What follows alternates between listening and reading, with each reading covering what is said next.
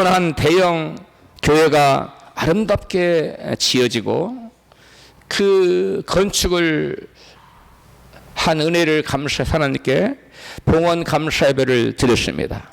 그런데 그 봉헌 감사 예배를 드린 다음에 어느 주부터 어떤 점잖은 노년 심사가 매주 와서 아주 슬퍼하며 애통하며 눈물을 흘리고 기도하고 돌아갔습니다.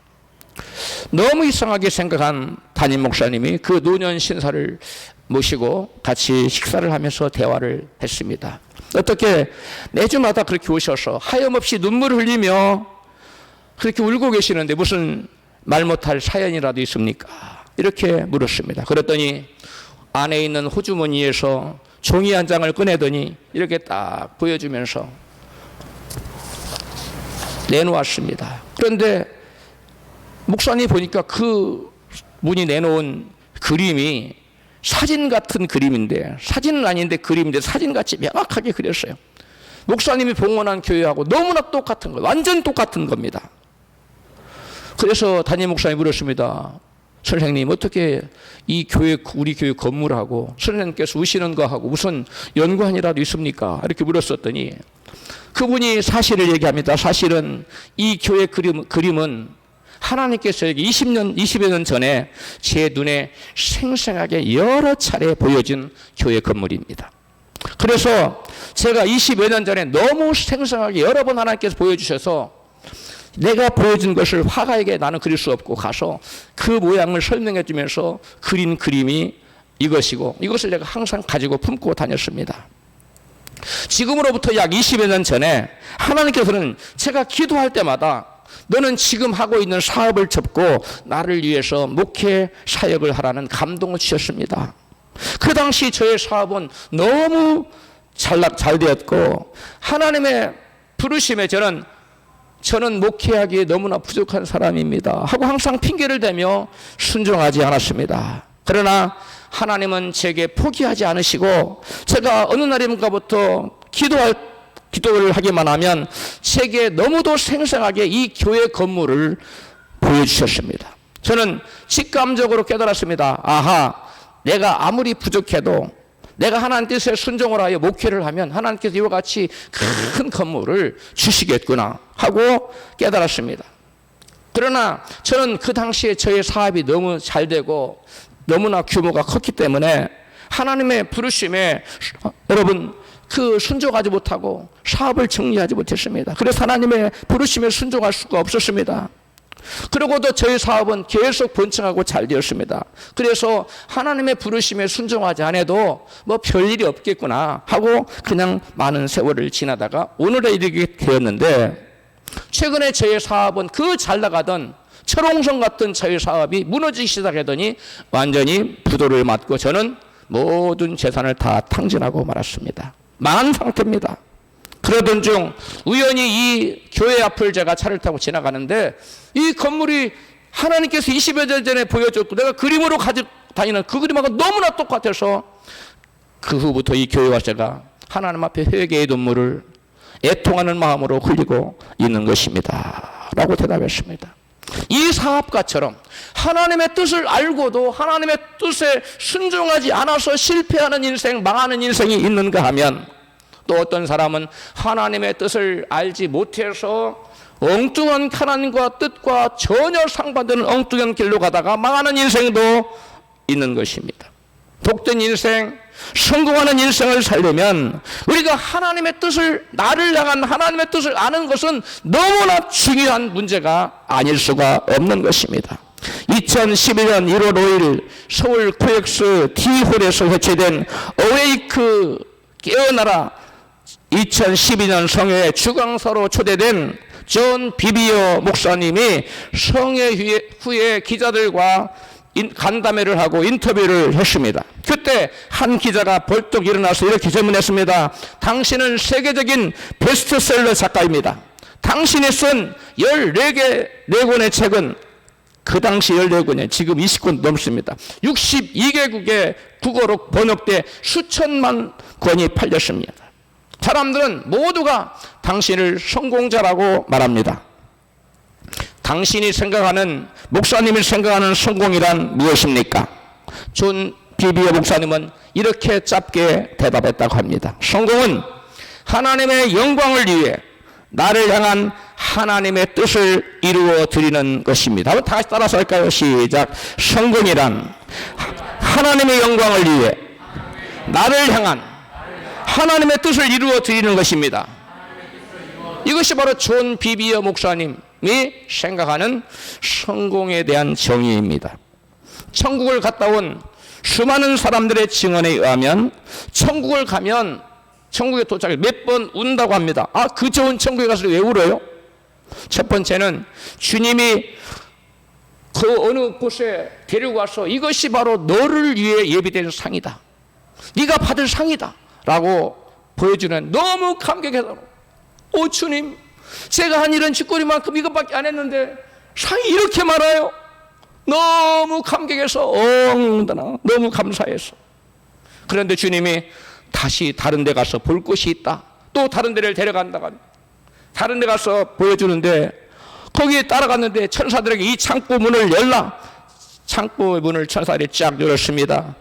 주님께서 말씀하십니다. 여기에는 네가 내 뜻대로 살았더라면 네게 주어지기로 예비된 상급이다라고 설명을 해주었는데, 그 상이 얼마나 크고 아름답고 많은지 조금 전에 자기가 보고 감격했던 자기에게 주어진 그러한 상은 너무나 초라하기 짝이 없는 겁니다. 그래서 그 자리에 엎드려서 오 마이 갓 하고 엎드려서 울었답니다. 아마 오 마이 갓이란 말이 그때 생긴 것 같아요. 너무나 감격해서, 너무나 슬퍼서, 내가 제발 그때 하나님 뜻대로 살았더라면 얼마나 좋았을까. 여러분에게 묻습니다. 여러분은 지금 하나님 뜻대로 살고 계십니까? 아니면 최소한 하나님 뜻대로 온전히 못 살아도 하나님 뜻대로 살려고 발버둥이라도 치고 계십니까? 여러분, 우리 인생이 이 땅이 다가 아닙니다. 우리의 육신의 목숨이 붙어있는 이것이 다가 아니라 우리가 죽고 나면 영원한 세계가 저와 여러분을 기다리고 있다는 사실을 믿으시기 바랍니다. 주님을 향한, 주님께서 나를 향한 주님의 뜻과 계획을 우리는 알아야만 하나님께 영광을 돌릴 수 있고, 저와 여러분은 놀라운 영원한 상급과 영원한 축복을 받을 수가 있는 것입니다. 나를 향한 하나님의 계획과 뜻을 우리는 가리켜 뭐라고 하냐? 나의 미션, 나의 사명이라고 말합니다. 그 뜻을 이루며 사는 사람은 사람들이 보기에 비록 초라할지라도, 사람들이 보기에 세상에 별로 이런 것이 없을지라도 그가 하나님의 뜻을 이루며 살았다면 그는 위대한 자요 성공자인 것입니다. 그러나 사람들이 보기에 대단한 그 무슨 것을 이뤘을지라도 돈을 엄청나게 벌고 놀라운 지위를 얻고 크나큰 명성을 얻었다 할지라도 그가 하나님대로 살지 않았다면 그는 성공자가 아니라 실패자일 수밖에 없는 것입니다. 그는 사람들에게서 박수가치를 받고 존경을 받고 우러름을 받을 수 있었을지 모르지만, 그는 하나님이 앞에 섰을 때 나는 네가 그러한 인생을 살기를 원치 않았다 라고 말한다면 여러분, 그 얼마나 허무한 인생이고 얼마나 여러분 낙심될 일이겠습니까? 여러분, 그렇다면 우리는 나를 향한 하나님의 뜻을 어떻게 할 수 있을까요? 기도하면 할 수 있을까요? 많은 사람들이 기도하면 하나님의 뜻을 알 수 있다고 생각합니다. 그러나 우리가 기도한다고 해서 모든 사람에게 하나님께서 나를 향한 하나님의 뜻을 가르쳐 주시지는 않습니다. 하나님께서는 우상 숭배자와 죄인들에게는 하나님께 묻는 것 자체를 허락하지 않는다고 성경은 말씀합니다. 에스겔서 14장 3절입니다. 이 사람들이 자기 우상을 마음에 들이며 죄악에 거치는 것을 자기 앞에 두었으니 그들이 내게 묻기를 조금인들 용납하랴. 하나님께 묻는 것 자체를 허락하지 않는다는 거예요. 묻는 것 자체가 허락되지 않았는데 아무리 물어보세요. 하나님 나를 향한, 저를 향한 뜻이 어디 있어요? 죄를 물 먹듯이 먹고 죄 가운데 살아갑니다. 우상을 마음에 들이고 하나님 입술로 사랑하나 마음에는 하나님보다 더 귀한 돈, 명예, 권세, 세상의 좋은 것들이 마음에 가득해 우상을 품고 있어요. 하나님께서는 그러한 자들에게 그 어떠한 나를 향한 뜻이 뭐예요? 아무리 기도하고 금식하고 철회하고 아무리 오랜 시간 기도한다 할지라도 묻는 것 자체를 허락하지 않는다는 것입니다. 이런 사람들이 하나님의 뜻을 알기 위해서는 마음의 우상을 버려야 됩니다. 할렐루야. 그리고 삶 속에서 모든 죄악이 거치는 것을 다 제거해야만 돼요. 회개해야만 된다는 것입니다. 하나님께서는 마음의 죄악을 품거나 죄를 짓는 자의 기도는 듣지 않으신다고 성경은 말씀합니다. 시편 66편 18절입니다. 내가 내 마음의 죄악을 품으면 주께서 듣지 아니하시리라. 마음의 죄악을 품고 있으면 아무리 기도해도 하나님 그 기도를 듣지 않는데 무슨 나를 향한 하나님의 계획을 뜻을 어떻게 알 수 있어요? 불가능한 것입니다. 이사야 59장 1절입니다. 여호와의 손이 짧아 구원치 못하심도 아니요 귀가 둔하여 듣지 못하심도 아니라 오직 너희 죄악이 너희와 너희 하나님의 사이를 내었고 너희의 죄가 그 얼굴을 가리워서 너희를 듣지 않으시게 함이니라. 하나님이 죄악을 품고 사는 사람, 그런 사람은 여러분 하나님과의 사이가 나서 하나님께 아무리 부르지어도 그 얼굴 하나에 가려버려. 보기 싫다. 듣지 않는다는 것입니다. 그러므로 나를 향한 하나님의 뜻과 계획을 알기 위해서는 기도하기 전에 죄를 먼저 회개함으로 하나님과의 관계를 정상적으로 회복시켜야만 하는 것입니다. 하나님께서는 우리가 하나님 뜻대로 들으면 들으신다고 본문 요한일서 5장 14절은 이같이 증거합니다. 같이 큰 소리로 시작. 그를 향하여 우리의 가진 바 담대한 것이 이것이니 그의 뜻대로 무엇을 구하면 들으심이라. 우리가 하나님의 뜻대로 구하지 않으면 기도 응답을 받을 수가 없습니다. 그래서 기도하기 전에 저와 여러분은 반드시 나를 향한 하나님의 뜻이 무엇인지를 알아야만 하는 것입니다. 그래서 우리가 기도하기 전에 중요한 게 뭐냐? 나를 향한 하나님의 뜻이 무언가? 내가 이 길을 하기를 원하는가? 아는가? 여러분, 하나님 원하시는 걸 기도할 것이지만 하나님 원치 않은 것이 아무리 기도해도 응답이 되지 않습니다. 그러므로 기도하기 전에 중요한 것은 나를 향한 하나님의 뜻이 어디에 있는가? 나를 향한 하나님의 계획이 무엇인가를 먼저 기도를 통해서 알아야 된다는 것입니다. 어느 한 교회에서 성경 공부반이 열렸습니다. 그 성경 공부 시간에 하나님의 뜻을 아는 법이라는 주제를 가지고 그 지체들이 그룹이 모여서 대화를 나누고 있었습니다. 각자가 자신의 경험을 토로하면서 나누어가면서 하나님의 뜻을 아는 것이 너무도 어렵다고 토로하고 있었습니다. 실토하고 있었어요. 묵묵히 듣고 있던 한 자매가 입을 열었습니다. 여러분은 하나님의 뜻을 알지 못해서 문제이신가요? 제게는요, 하나님의 뜻은 너무나 잘 알겠는데 그 뜻대로 행할 수 없어서 문제거든요. 이렇게 대답을 했다는 것입니다. 사람들은 하나님의 뜻이라는 말만 나오면 많은 사람들이 알기 어려운 것이라고 그러한 생각을 먼저 합니다. 하지만 하나님의 뜻은 하나님의 성경 말씀을 통해서 그리고 우리의 양심을 통해서 분명하게 드러나는 경우가 적지 않습니다. 사실 우리가 하나님의 뜻을 몰라서 행치 못하는 것이 아닙니다. 많은 경우에 하나님의 나를 향한 뜻을 알지만 하나님 뜻을 행하려는 마음과 행할 능력이 없습니다. 하나님이 내게 기도하라고 기도하고 싶은 마음이 없어요. 기도할 수 있는 능력이 없어요. 하나님 내게 전도하라는 뜻인지 알아요. 근데 전도하고 싶은 마음이 없어요. 하고 싶은데 또 능력이 없는 사람도 있어요. 우리 마음이 죄로 인해서 하나님과 너무나 거리가 멀어져 버렸고 하나님은 우리의 마음의 정욕대로 하도록 더러움에 그대로 내버려 주었기 때문입니다. 로마서 여러분 1장 24절에 기록하고 있어요. 우리의 타락한 마음은 죄를 사랑하고 죄에 길들여져 있기 때문에 하나님의 뜻을 알면서도 행하기를 싫어합니다. 이것이 문제입니다. 그러므로 죄를 사랑하고 죄를 즐기는 죄의 맛에 물든 마음이 먼저 치유받지 않으면 안 되는 것입니다. 이 말씀을 듣고 여러분 하나님께 기도하십시오. 죄에 물든 마음, 하나님을 사랑하지 않는 저의 마음, 하나님과 세상을 더 사랑하는 마음, 하나님 말씀을 멀리하는 마음, 하나님 뜻을 알고도 행치 않는 이 마음을 고쳐주세요. 저를 치료해 주세요. 이와 같이 간절히 애통하는 마음으로 기도해야 될 줄로 믿습니다. 바벨론이 이스라엘을 침공해서 이스라엘의 유력한 자들을 다 포로로 대부분 끌고 갔습니다. 대부분 미약한 사람, 그런 사람들이 이스라엘 땅에 남아 있었습니다.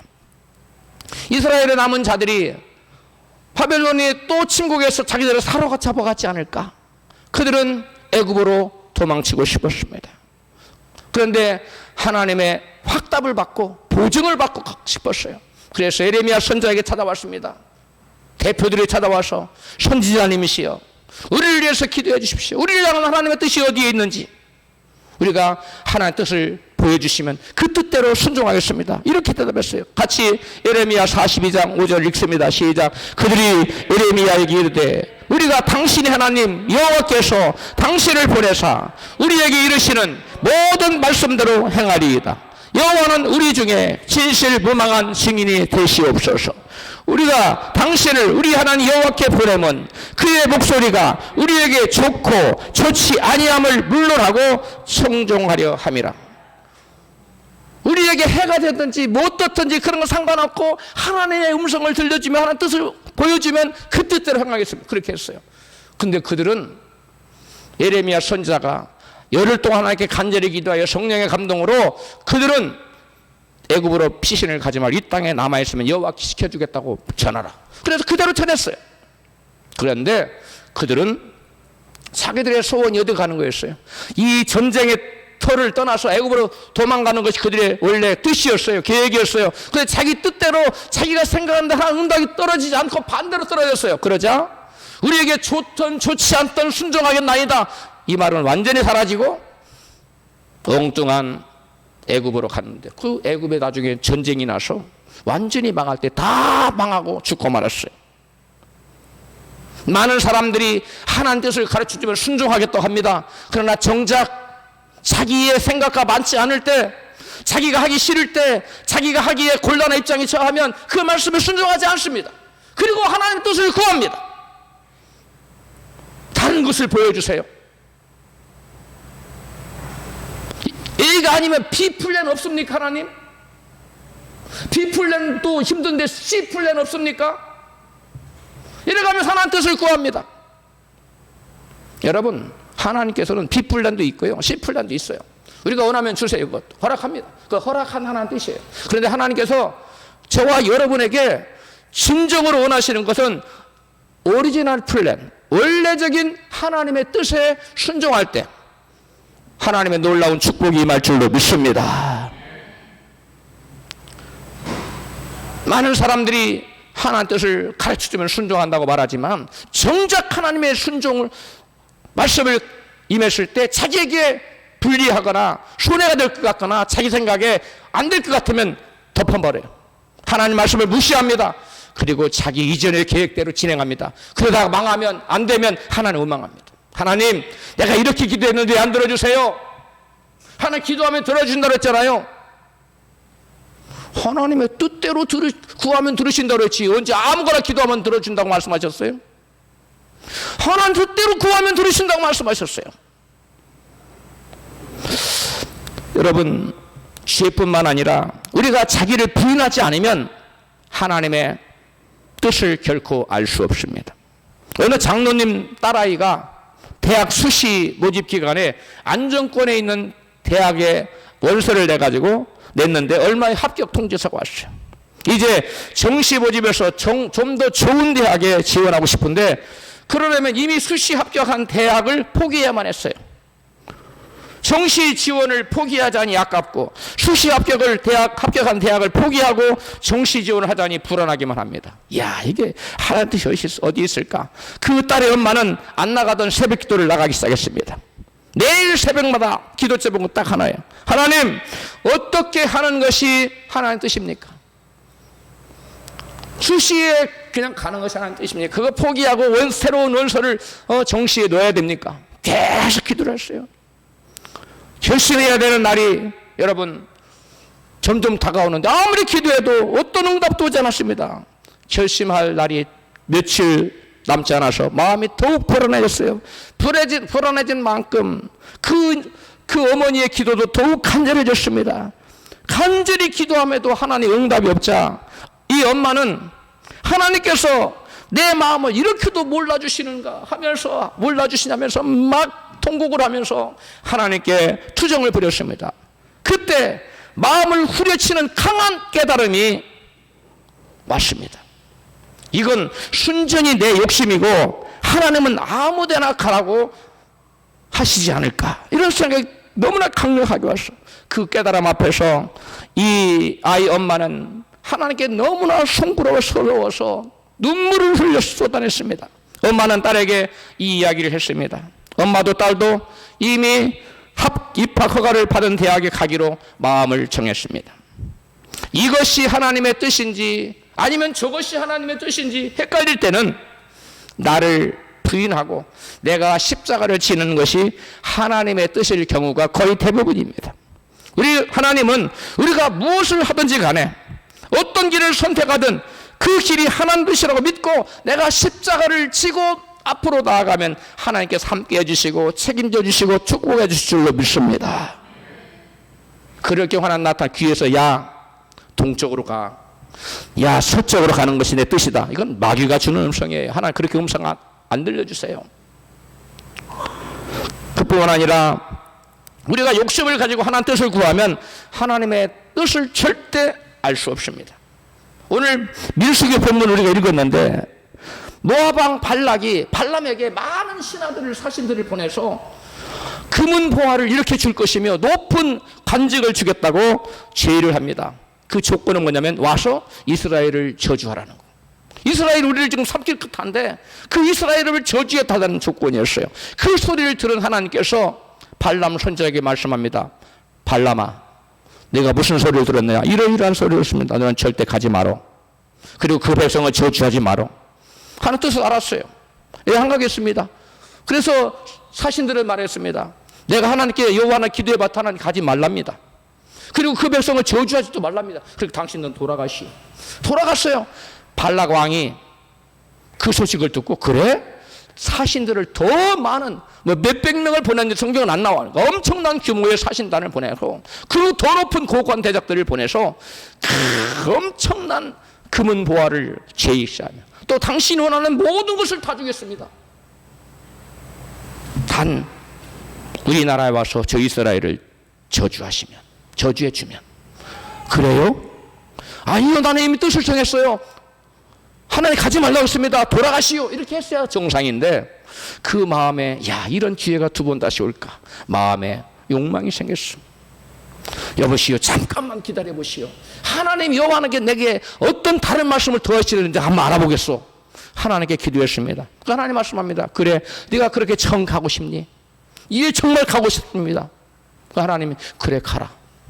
가는데 절대로 내 백성을 저주해서는 안 된다. 그래서 갔어요. 가다가 당나귀가 길을 막지 않습니까? 그런데도 갔습니다. 여러분, 그 발람 선지자를 향한 하나님의 뜻은 무엇입니까? 가지 않는 것입니다.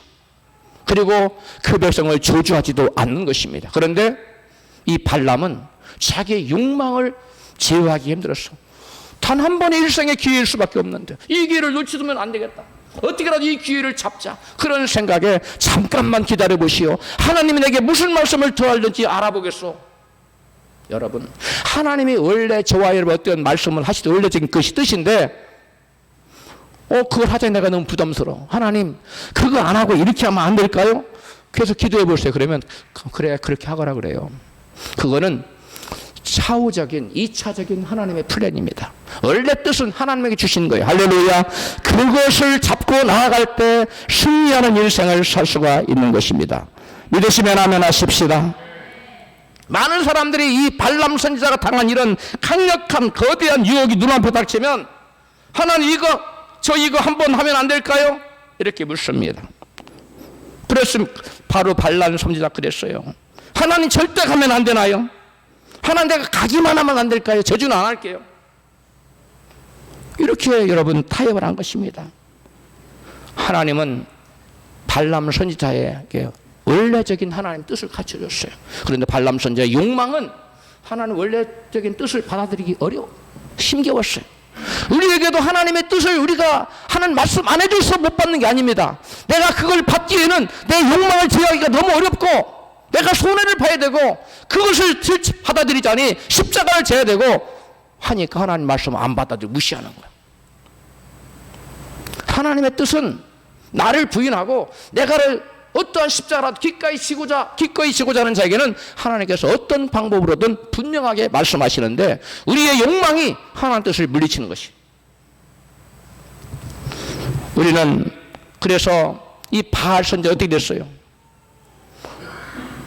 같이요. 그냥 하나님 저주하지 못하게 하니까 저주를 못해요.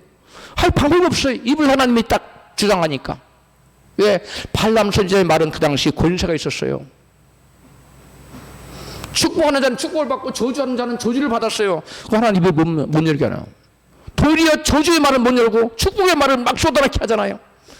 그런데 모압 왕 발락에게 뭔가 좀 받으러 갔는데 뭔가 얻고자 해서 갔는데 하나도 받을 게 없는 거예요. 그러자 발람 왕에게 이렇게 말했어요. 발락에게 말했어요. 왕이시여 제게 귀를 좀 대주세요. 귀를 대니까 이건요 비법인데 제가 그 백성을 저주할 수 있는 입술을 열지 못해요. 하나님께서 막아서. 그런데 이 백성을 저주할 방법이 있으면 뭐예요? 이스라엘 백성들을 모압의 그 바알신을 섬기는 제사에 초대해서 그들로 하여금 성적으로 범죄하게 하고 바알신에게 연합되도록 만드세요. 하나님 그들을 치실 겁니다. 그래서 그대로 해서 이스라엘 백성들을 남자들을 청병해가지고 제사를 드렸어요. 하나님이 진노하셨습니다. 이스라엘 백성들이 성적으로 범죄를 짓고 그 다음에 바알신과 연합됐어요. 하나님이 이스라엘 백성 4만 3천 명을 쳐 죽였어.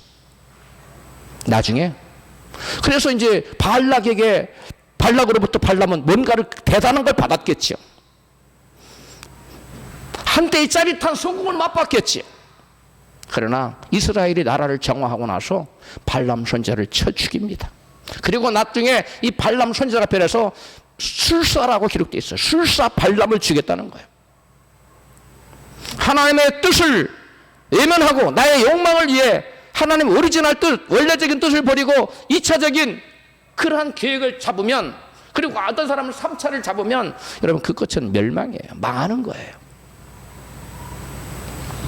우리는 여러분 하나님께서 내게 주신 그 음성을 여러분 결코 가볍게 여기면 안 됩니다. 하나님의 그 거룩하신 뜻을 크고 높고 위대한 뜻을 나의 욕망으로 맞바꿔버리면 안 돼요. 우리가 성경은 또한 우리에게 말씀합니다. 우리를 향한 하나님 뜻은 우리를 향한 하나님 뜻이 언제나 평안하고 안전하고 또 만사형통하고 성공하는 길이라고 생각합니다. 그런데 성경은 그렇게 말씀하고 있지 않아요. 오히려 정반대입니다. 그분은 우리가 역경과 환난 중에도 각오하고 하나님을 의지하고 십자가를 지고 좁은 길을 걸어가기를 우리 하나님 원하셔요. 할렐루야. 그게 바로 여러분 하나님 우리의 뜻일 경우가 많다는 거예요. 근데 우리는 하나님의 뜻은 우리가 잘되고 성공하고 형통하고 이것만이 하나님의 뜻이라고 생각하기 때문에 하나님의 음성을 들을 수가 없는 겁니다. 바울이 예루살렘으로 올라가려고 작정을 했습니다. 그때 아가보라는 예언자가 와서 바울에게 바울의 띠를 꽁꽁 묶고 자기 손을 막 결박하고 그래서 이 띠 임자를 예루살렘에 올라가면 예루살렘에 그 이스라엘 백들이 결박해서 이방인에게 넘겨주고 큰 고난을 당할 것이라고 예언을 합니다. 그 예언을 들은 거기 있는 사람들 막 다른 예언하는 그 집사들과 그 집사 딸 넷과 이 모든 사람들이 거기 가면 안 된다고 올라가지 말라고 막아요. 그러나 바울은 그 말을 듣고 내가 하나님을 위하여 그리스도를 죽을 그 예루살렘에 가서 죽을 것도 각오했나라고 말해요. 신도들은 바울의 안전이 하나님 뜻이라고 생각했어요. 그러나 바울은 자기 안전이 하나님 뜻이 아니라 죽을지라도 하나님 뜻에 순종하는 것, 이것이 하나님 뜻이라고 생각했어요. 여러분 차원이 다르죠? 내가 잘되고 안전하고 형통하고 이것만이 하나님 뜻이라고 생각하는 사람은 하나님의 음성을 듣기가, 나를 향한 뜻을 발견하기가 여러분 거의 어렵습니다. 때로는 하나님이 네가 손해봐라. 때로는 하나님이 네가 그냥 포기해라. 이렇게 말씀하실 때 있어요. 또 하나님은 그런데 하나님 뜻이 그건데 나는 내가 잘 돼야 돼. 내가 성공해야 돼. 내 뜻이 이루어져야 돼. 그런 사람 하나님 음성 들을 수 있겠어요? 못 들어요. 바울은 하나님 뜻은 안전에 있고 성공이 있다고 생각하지 않았기 때문에 예루살렘에 가서 결박을 당하고 이방인에게 붙잡히고 죽을 것도 각오하고 자기 안에 성령이 말씀하신 말을 따라갔던 거예요. 여러분, 때때로 하나님은 저희들에게 십자가를 지라 좁은 길을 걸으라고 말씀하실 때가 있어요. 그런데 우리가 생각하기를 안전한 것, 내가 성공하는 것, 잘 되는 것이 하나님 뜻이라고 생각하는 사람은 그 하나님 음성을 못 들어요. 좁은 길을 걸어라. 너를 부인하거라. 너에게 지어진 십자가를 지거라. 그래서 나의 영광을 드러내거라 하는 음성을 들을 수 없는 거예요. 우리는 바울 같은 믿음의 차원이 되었으면 좋겠습니다. 저도 어려워요, 사실. 저도 상당히 어렵습니다. 그러나 우리는 그 길을 가야만 합니다. 할렐루야. 좁은 길, 좁은 문, 이 길을 가리라, 뭐 그런 찬양이 있잖아요. 네? 그게 하나님 뜻이기 때문에 그래요. 죄송합니다. 제가 노래를 찬양을 잘 못해서.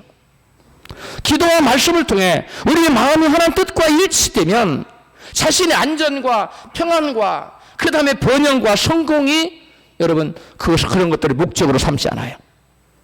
현실적인 이익을 기준으로 삼지 않습니다. 그 선택과 과정이 얼마나 하나님의 뜻에 일치하는가 그것을 먼저 생각합니다. 직장을 선택할 때도 하나님 내가 이 직장을 선택하는 뜻이에요. 물을 때 연봉이 얼마나 많은가, 근로조건이 얼마나 좋은가 이런 것이 기준이 되지 않아요. 내가 이 직장을 통해서 과연 얼마나 하나님 뜻을 이룰 수 있고 얼마나 주님 일을 하는데 도움이 되는 직장 이런 것을 우선적으로 고려하지 자기 연봉이나 근로조건 이런 것을 먼저 생각하지 않는다는 것입니다. 더 높아지고 더 강해지고 더 부해지는 쪽에 등 돌리고 더 낮아지고 하나님의 영광을 더 약해지고 더 가난해지는 길을 여러분 바울은 선택했어요. 우리도 그 길을 선택해야 될 줄 믿습니다. 기꺼이 그 길을 선택하고자 우리가 마음을 정하면 하나님 뜻은 알기는 너무나 쉽고 하나님의 음성은 나를 향한 뜻을 여러분 캐치하기가 파악하기가 너무 쉬워요. 그런데 나의 욕심과 나의 욕망이 가득 찬 상태에서는 나를 전혀 포기하지 않으려는 상태에서는 하나님이 너희 십자가를 지라는 말이 들어오겠어요? 하나님 너를 부인하라는 말이 여러분 하나님 뜻이라고 들어오겠어요? 결코 들어올 수가 없는 것입니다. 구약시대에는 어떻게 하나님 뜻을 알았으며 신약시대에는 어떻게 하나님 뜻을 알 수 있을까요? 제가 세 가지로 정리해서 말씀드립니다. 첫 번째, 구약시대에는 제사장이 이 흉패를 판결 흉패를 가지고 있었어요. 그래서 그 흉패 그 우림과 둠밈의 그 저기를 점을 쳐서 하는 뜻을 알았어요. 신학 시대에는 그렇게 하지 않습니다. 그게 없어요. 그 당시 우림과 둠밈은 오늘날 보면 성령님과 같은 거예요. 오늘날 여러분 그것을 통해 하나님 말씀을 가야 될까요? 말아야 될까요? 점치는 거였어요. 근데 오늘 신학대회는 그렇게 하지 않고 강단에 선포되는 말씀이 우리를 인도하십니다. 강단에 선포되는 이 말씀이 우리에게 하나님 뜻을 가르쳐줘요. 하나님 어디로 가야 할까요? 지금 전쟁에 나가야 될까요? 머물러 있어야 될까요? 뒤로 훌쩍 해야 될까요? 이것을 여러분 주로 다윗이 판결 흉패를 가지고 자주 사용했어요. 오늘날은 말씀의 인도를 받아야 됩니다. 시편 119편 105절에 같이 읽어요. 주의 말씀은 내 발의 등이요 내 길의 빛이니이다. 주님의 말씀이 우리의 길을 비춰줘요. 어둠 가운데 등불을 비춰줘요. 없던 길이 보여요. 말씀을 들으면. 흑암과 같이 깜깜한 세상에서 하나님이 말씀의 빛을 우리 마음에 비춰주셔서 발걸음을 한 걸음 한 걸음 인도해 주십니다.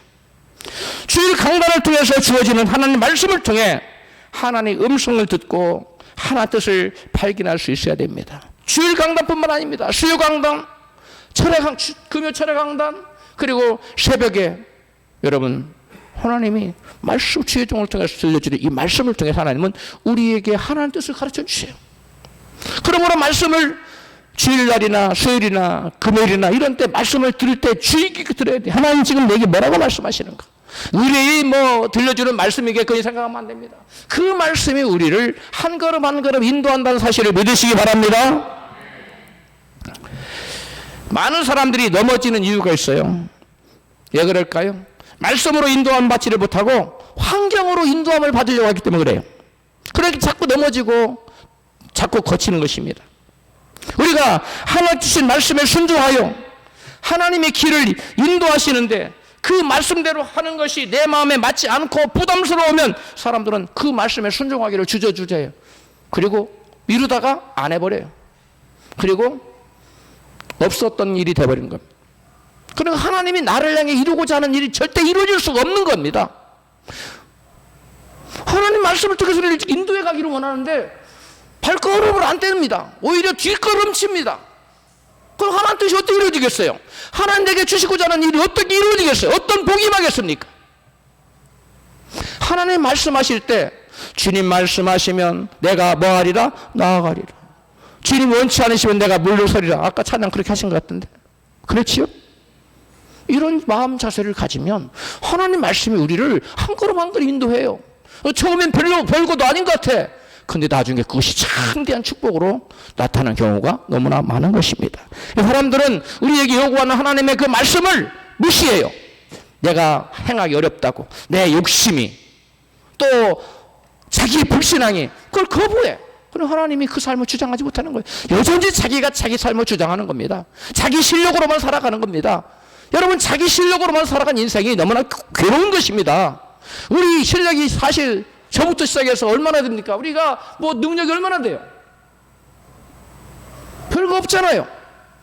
하나님이 도와주셔야만 될 줄로 믿습니다. 이게 우리의 신앙이에요. 그 믿음이 하나님 말씀을 듣게 하고 그 믿음이 하나님 말씀에 순종하게 하여 우리로 하여금 하나님의 주시고자 하는 그 원래적인 축복의 세계로 그 땅으로 우리를 여러분 인도해 주시는 겁니다. 믿으시면 아멘 하십시다.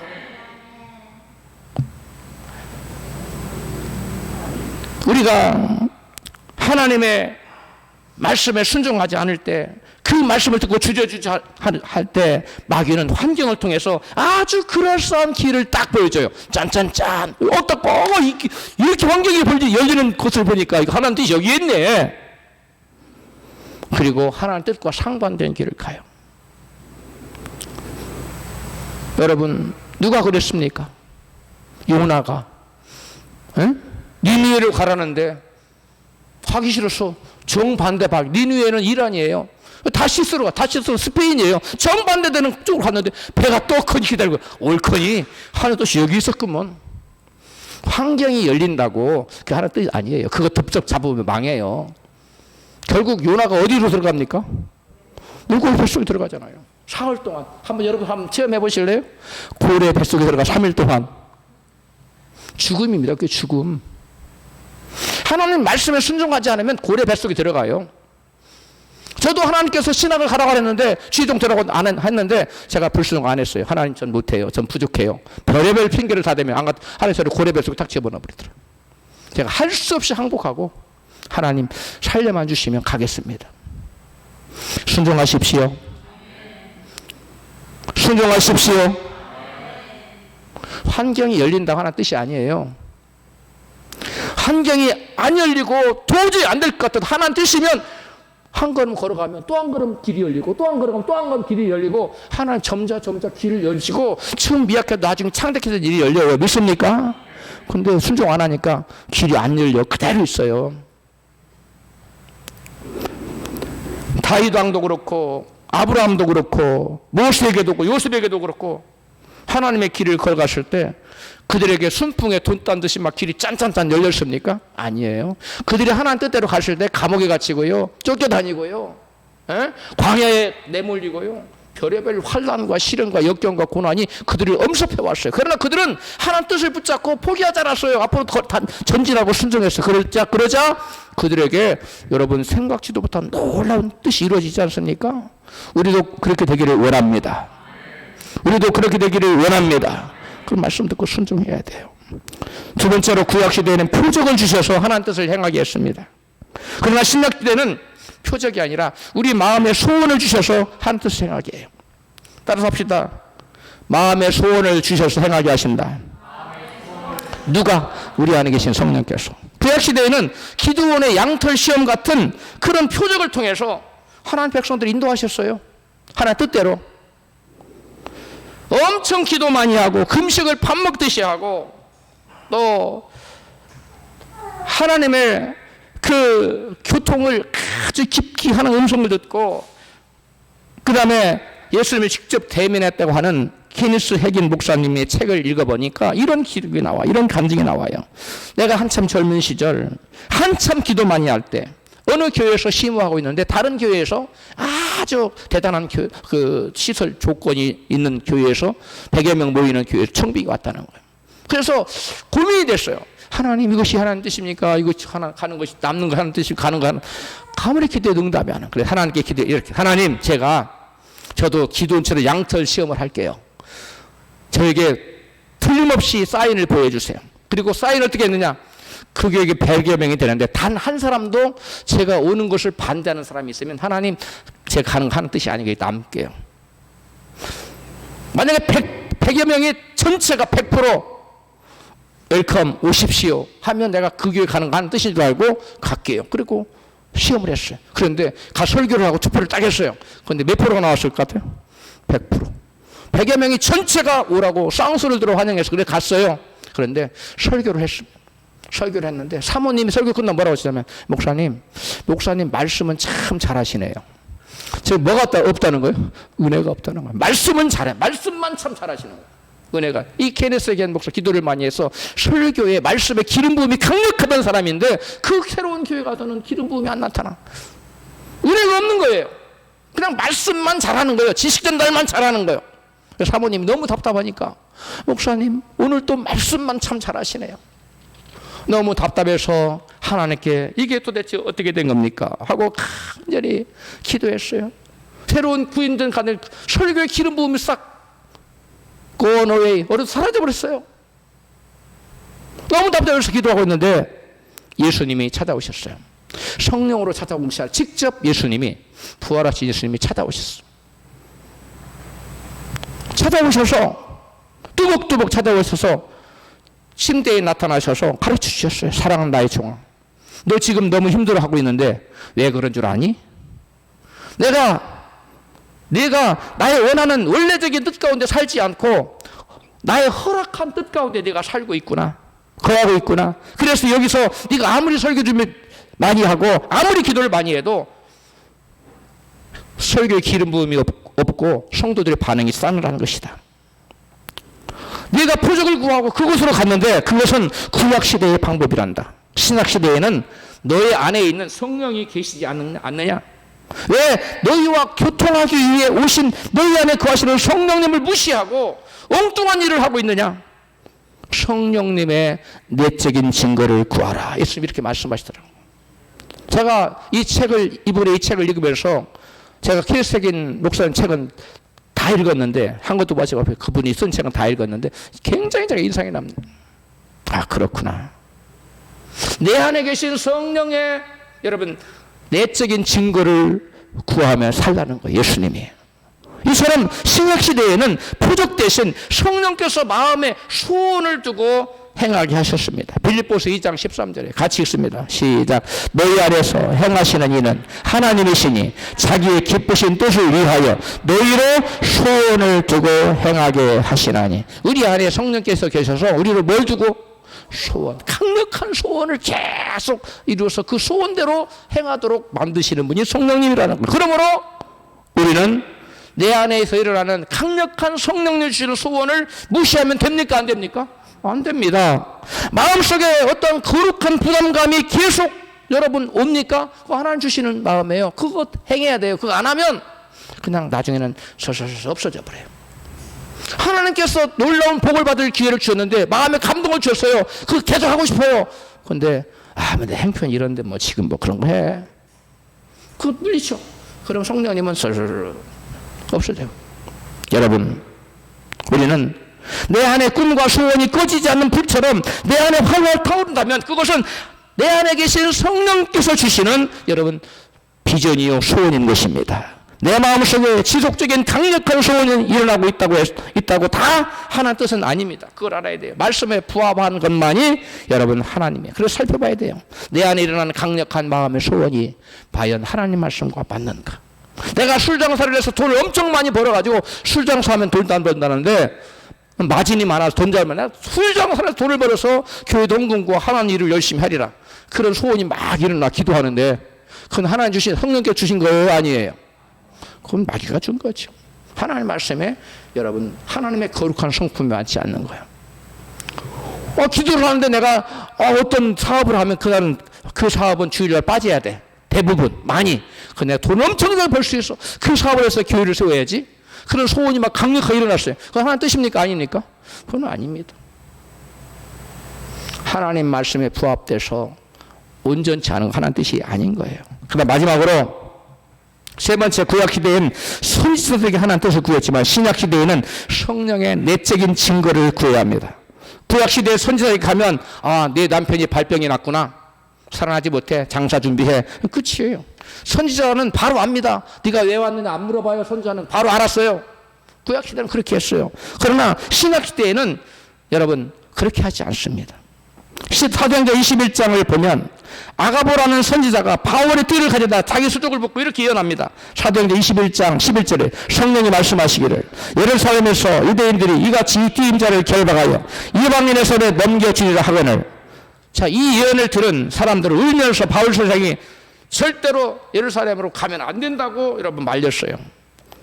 여기서 우리가 유념해야 될 놀라운 사실 한 가지가 있습니다. 그것은 예언한 사람조차도 바울을 향하는 하나님 뜻이 무엇인지를 알지 못했다는 거예요. 아가보조차도 몰랐어요. 그래서 말렸어요. 가지 말라고. 예언해놓고.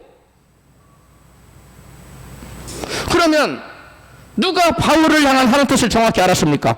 바울 자신이었어요. 바울 어떤 사람이에요? 성령의 내적 증거를 듣는 사람이에요. 성령의 내적 증거를 구하고 살아가는 바울에게 하나님께서 예루살렘 올라가는 것이 하나님 뜻이라는 것을 바울만이 알았다는 거예요.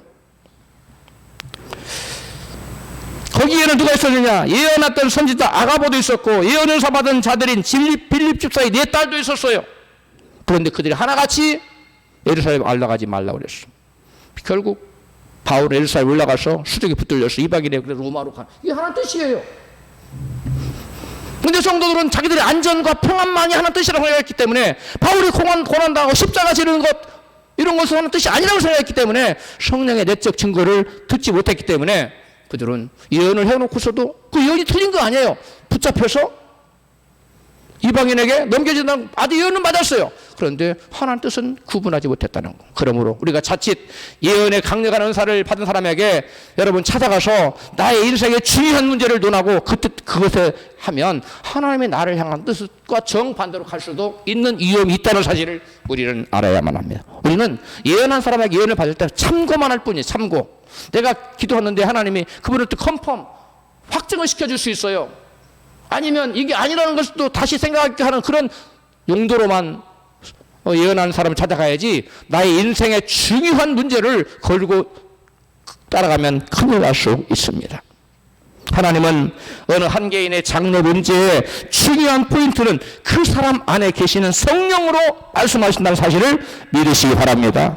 로마서 8장 14절에 시작. 무릇 하나님의 영으로 인도함 받는 그들은 곧 하나님의 아들이라. 여기에 말씀하시기를 누구를 그렇게 하나님 아들이라고 말씀합니까? 하나님의 영으로 하나님의 성령으로 인도함 받는 사람들이 하나님의 아들이라는 거예요. 여러분은 하나님의 아들입니까? 아닙니까? 하나님의 목사님 저는 하나님 딸이에요. 그런 분들이 아들이건 딸이건 간에 여러분 그럼 하나님 자녀입니까? 그렇게 하면 여러분 누구의 인도를 받아야 돼요? 저와 여러분 안에 있는 성령님의 인도를 받아야 돼요. 할렐루야. 어떤 예언가의 인도를 받으면 안 됩니다. 아가보라는 선지자조차도 예언을 했지만 하나님 뜻을 가르쳐주지는 못했어요. 예언이 맞을 수는 있어요. 해석을 틀리게 해버려요. 그럼 망하는 겁니다. 하나님 뜻을 이루지 못하는 겁니다. 사랑하는 성도 여러분, 강단에서 선포되는 하나님 말씀을 통해 그리고 내 안에 계신 성령께서 주시는 마음의 소원을 통해 그리고 성령의 내적 증거를 통해 나를 향한 하나님 뜻을 깨달아 하나님께 영광 돌리는 성공적인 인생이 되시기를 주의 이름으로 축원합니다.